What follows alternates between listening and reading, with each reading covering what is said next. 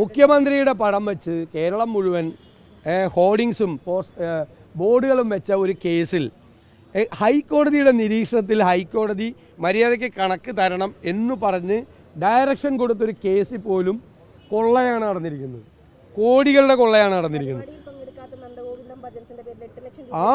പരിപാടിയിൽ പങ്കെടുക്കാത്ത ആളുകളുടെ പേരിൽ എഴുതി. പണ്ട് കൊല്ലത്ത് CPM-ൻ്റെ ഒരു കോർപ്പറേഷൻ ഉണ്ടായിരുന്ന സമയത്ത് ഒരു കണക്ക് വന്നപ്പോൾ ഒരു കുതിരയെ കൊണ്ടുവന്നെന്ന് പറഞ്ഞു ഒരു ഫെസ്റ്റിവലിന്.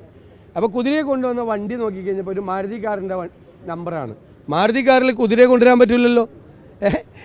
മാരുതി ലോക്കൽ ഫണ്ട് ഓഡിറ്റിങ്ങിന് വന്ന വിഷയമാണ്. മാരുതി കാറിൽ കുതിരയെ കൊണ്ടുവന്നു കൊല്ലത്തൊരു ഫെസ്റ്റിവലിൽ. കുതിര മാരുതി കാറിൽ കയറില്ലല്ലോ, അപ്പോൾ കള്ളക്കണക്ക് എഴുതി വെച്ചേക്കുവാണ്. അതുപോലത്തെ മാരുതി കാറിൽ കുതിരയെ കൊണ്ടുവന്നതിന് സമാനമായ നിരവധി കള്ളക്കണക്കുകളാണ് ഈ പറയുന്ന ഈ ഭജൻ സംഘം അവിടെ പരിപാടി നടത്തിയിട്ടില്ല. അവരുടെ പേരിൽ പൈസ എഴുതി മേടിച്ചിരിക്കുക. പിന്നെ എവിടെയാണ് 4000 പേർക്ക് അവിടെ ഭക്ഷണം കൊടുത്ത്? അവിടെ എത്ര പേരുണ്ടായിരുന്നു എന്ന് മാധ്യമങ്ങൾ കണ്ടതല്ലേ? എത്ര പേരുണ്ടായിരുന്നു അവിടെ? 600 പേരായിട്ടാണ് അവിടെ ആകെ ഉണ്ടായിരുന്നത്. ഇത്രയും കൊട്ടിഘോഷിപ്പിച്ച സംഭവത്തിൽ അതിൻ്റെ പേരിൽ പന്തൽ തൊട്ട് മുഴുവൻ കാര്യങ്ങളിലും അഴിമതിയാണ്. കോടതി നിരീക്ഷണത്തിൽ ഇത്രയും കൊള്ള നടത്താമെങ്കിൽ ഇവർ ശബരിമലയിൽ നിന്ന് എന്തെല്ലാം അടിച്ചു മാറ്റി കാണും.